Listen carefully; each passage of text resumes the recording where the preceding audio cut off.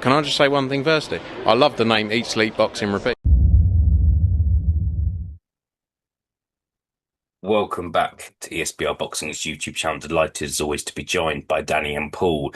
The year is 2025 and we are talking about a Manny Pacquiao fight against WBC world champion Mario Barrios taking place on the 19th of July at the MGM Grand in Las Vegas. Gents, we're not in a time warp, don't worry. I believe both of you weren't born when Manny Pacquiao made his debut, but I was, so I'm feeling very old. We'll get started, gents. It's a bit strange doing this video because I didn't think we'd be making a video about Manny Pacquiao again. Paul, what does this mean to you? Does this excite you? Are you going to be staying up until 5 in the morning to watch this fight? Where's your head at? Where's your head at with this? For those that don't know, Pacquiao hasn't fought for 3 years, for 4 years, sorry. 46 years old now, I believe. Where's your head at on this one, Paul? Yeah, I mean, it's almost in two minds because obviously it's like, basically it's a Hall of Famer almost, you'd argue an all-time great, 7 or 8 weight world champion back in action. So you're like, oh, brilliant. But then you realize what age he is, the last time he was in a ring, the last time Pacquiao actually won a fight, and you look at that and you think, it's a bit of a joke, like, to be perfectly honest. So although there's been maybe mixed reviews of the Pacquiao comeback, it doesn't necessarily appeal to me, to be perfectly honest with you, mate. And I don't want to start this video on a bit of a dampener and bring the mood down or anything, but yeah, it's not an overly appealing fight to me, if I'm being brutally honest, to be frank with you, mate. Yeah, look, it doesn't appeal to many, but I'm confident that Danny will be there at 5 in the morning with me watching it. Danny, give us your thoughts, mate, because Pacquiao, look, absolute legend of the sport, been around a long time, but 46 years old now and coming straight back to fighting for a world title. What does this fight mean to you? Yeah, I mean, I'll definitely be watching it. As long as there's a bookie somewhere offering odds on it, I'll be staying up watching it.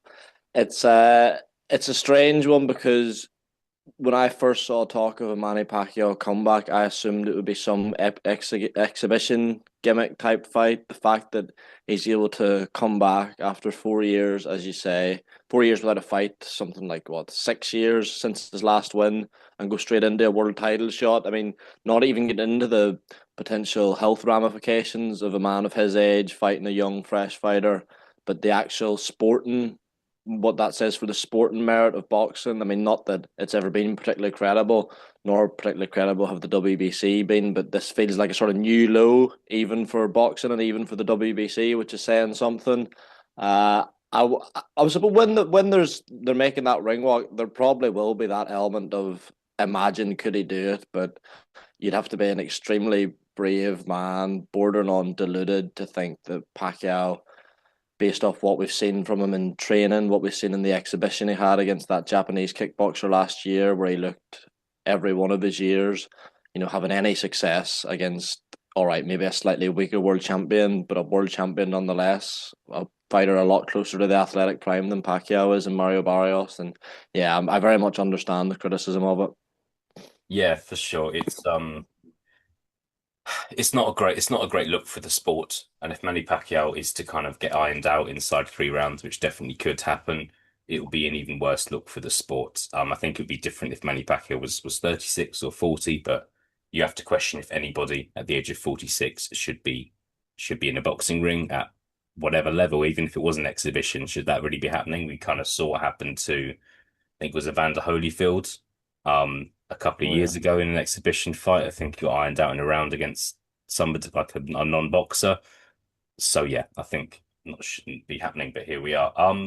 Daniel, I'll stick with you. What are your thoughts on Mario Barrios? Because I feel like people talk about him as if he's basically some sort of bum, but he is the WBC world champion, 30 years old, so possibly in his prime years now. He's gone up against Keith Thurman, Gervonta Davis in the past. Those are the only two men he's lost to. But I want to ask like your thoughts on him, but also this might sound like a stupid question to some people, but despite being a world champion, is this guy a top ten welterweight? To you, give us your thoughts. He's a weird one, Barrios. He's one of the only fighters I can think of whose stock is worse as a world champion than it was before. I mean, he gave Gervonta Davis a really good fight at 140, Many people had him up in the scorecards before he was stopped in the 11th round, and then that loss to Keith Thurman, it took a bit of damage there. And then his last performance, I think it was against the guy Jesus Ramos. I watched it was on the Mike Tyson Jake Paul undercard. Nearly got stopped. Went life and death with Ramos, who I think his record was like 29-5, and was sort of thought as like a sort of fringe gatekeeper. So off the top of my head, I mean, I'm not going to sit here and do it. People might find it boring, but I think you probably could find 10 welterweights who the majority of boxing fans would pick to beat Barrios. I think he was that win over Tank was probably down to more physical attributes and advantages that he enjoyed at 140 over a fighter who in Gervonta Davis has no business at 140. And Barrios is 6 foot, so still a tall welterweight, but maybe those advantages have been negated somewhat. I do think he's a fairly weak world champion. I think maybe the way some people have spoke about him is a bit over the top. But are there 10 fighters in the welterweight division? I mean, you look at Brian Norman Jr., Ennis, as he's yet to move up. Chikadzian, Stanionis, Paddy Donovan, I think would beat him. Esserman, you can make a case for. Lewis Crocker. Lewis Crocker. Lewis Crocker beat him. Maybe Paul's better press chances on me. Maybe not, bit soon for Crocker, maybe, but I think you could find 10 welterweights who you would give a very good chance against them. Yeah. Yeah, and I think it's an interesting division because there's so many people kind of coming and going. Like Devin Haney might compete in the welterweight division next, might not. John Ennis, we're being told, is going to move up. Jack Catterall, Harlem Eubank are two newbies or kind of newbies to the welterweight division as well. Obviously, they face off a couple of weeks before this fight. So we'll see. Paul, give us your thoughts. Mario Barrios, kind of underappreciated, disrespected. What are your thoughts on him? Yeah, what you've just said there at the end there, mate, about, potential fighters, the likes of Haney or I don't know, a Lopez or whatever, if they were to fight at welterweight, like you'd probably be backing them to beat Barrios. And when you kind of look at it, no disrespect at all, he's a bona fide world champion. Like give him his credit, I suppose, give him his dues. But yes, but a name 10, maybe maybe you could name 8, 7, 8, 9. But by the time there's a few, there's definitely put it this way, you could definitely name 5. I think that you could almost confidently say beat him around the 147 division. Even I said fighters coming up from 140. There's a few names there that you would back to beat Mario Barrios. But like as Danny alluded to as well, like yeah, his defeat against Tank, he was up. Yeah, I think you're fair to say he was up. So he's clearly got some ability. He's clearly a world level fighter. But when you compare him to the other champions in the division, as I said, like I know maybe not a massive household pay-per-view name, but I'd back Brian Norman Jr. to beat Barrios, perhaps even stop him. Stanionis lost last time out to Boots. Of course, I think Stanionis beats him. Not even mention Boots because I think he's going to be up to 154. But like, yeah, Paddy Donovan, the way he looked in the first Crocker fight, could he beat Mario Barrios potentially? Could Conor Benn beat Barrios if he ever fought at 147? These are names that you think, yeah, would probably have a good chance of beating Mario Barrios. So without sounding totally disrespectful to him because he is a world champion, there's definitely at least 5, perhaps yeah, even pushing 10 names that you could back to beat him at welter. Yeah, for sure. Well, we'll see if Manny Pacquiao is one of them, right? And I think Barrios, I think if he beats Pacquiao, I don't know if that's going to raise his stock too much. And if he loses to Pacquiao, I think yeah, we'll kind of have to see what he does next. We touched on this at the start of the video, Jensen. We're not going to kind of go into boxing politics and how much of kind of a nicer, respected sport boxing is because you've been here for a long time. But Paul, I want to ask you basically, should this fight be allowed to happen? Should there be some sort of governing body or some sort of commission saying no Manny Pacquiao, you are 46 years old, you've not fought for a long time. You need to kind of have this fight first before you fight for a world title. Or is it just a case of the Wild West and you think if Manny Pacquiao wants to fight, if the WBC are going to allow him to fight for the world title straight away, it should be allowed to happen? Give us your thoughts. Definitely shouldn't be allowed to happen straight away. Like say for example, Pacquiao is like, right, I'm making a return. I'm going to be at welterweight and I want to become world champion. I want to win that WBC belt. Maybe at least give him a fighter in the top 15 of the rankings who you actually think he might beat. Something I know it's still not great and not a great look, but even give him a fight like that to get a proper ranking. I know he was just reinstated in the rankings of what, 5 or 6, just straight off the bat. But like, even if you have one before, you can maybe justify it a little bit more. But in terms of should be allowed to happen, definitely not. I mean, I think it's a bit of a, without being using too strong of a word, it is a bit of a disgrace, really, when you think about it. And at the end of the day, without going into the politics and blah blah blah, it's all about money and the governing bodies getting their 5 or 10% or whatever it is. So lining their own pockets really. But as you said, that's a video for another day. But in short, mate, no, don't think this fight should be allowed to happen. Yeah, and I think a lot of people would agree with you. Danny, give us your thoughts. Like, are you on terms of whether like this fight is should be allowed to happen and kind of how comfortable you are with it actually happening? I mean, in terms of me personally, I don't care that much. I mean, I'll watch it. It's not going to change my life or anything. But to bring up your point about should there be a body or something to stop fights like it's happening, I mean, that's what the WBC are supposed to be.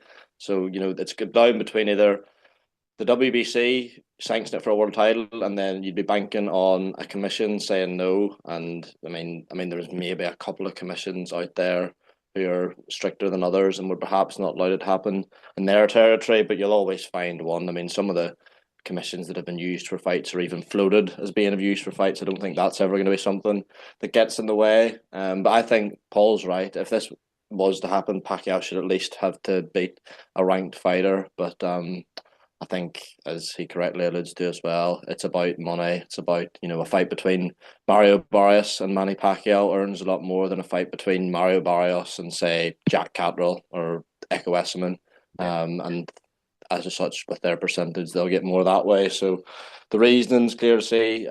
Sport and merit wise, it's, completely bankrupt. But it's boxing. We've got used to it by now. I think maybe we could be sat here in a year's time talking about Manny Pacquiao, Floyd Mayweather too for a world title. Nothing would surprise you at this stage.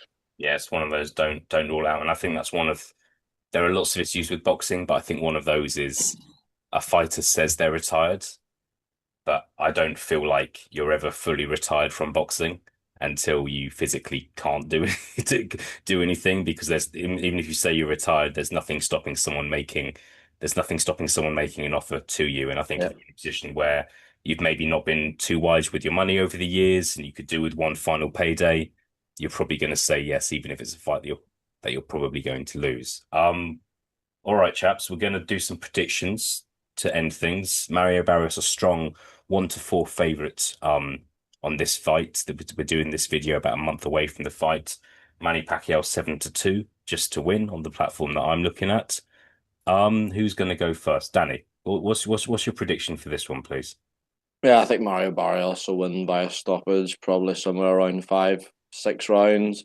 I mean, I just thought, obviously, there's a word. The fact Manny Pacquiao going straight into a 12 round fight as well is a mad thought. So I think, Pacquiao, there'll be a degree of his talent still there that, might make the early rounds somewhat engaging, but Barrios will be too big and too fresh for him. The volume will be too much. He throws quite a lot of punches, Mario Barrios, and I think it'll be far too much for the current version of Manny Pacquiao, whatever that is. So I'll say stoppage around maybe 5, 6 rounds.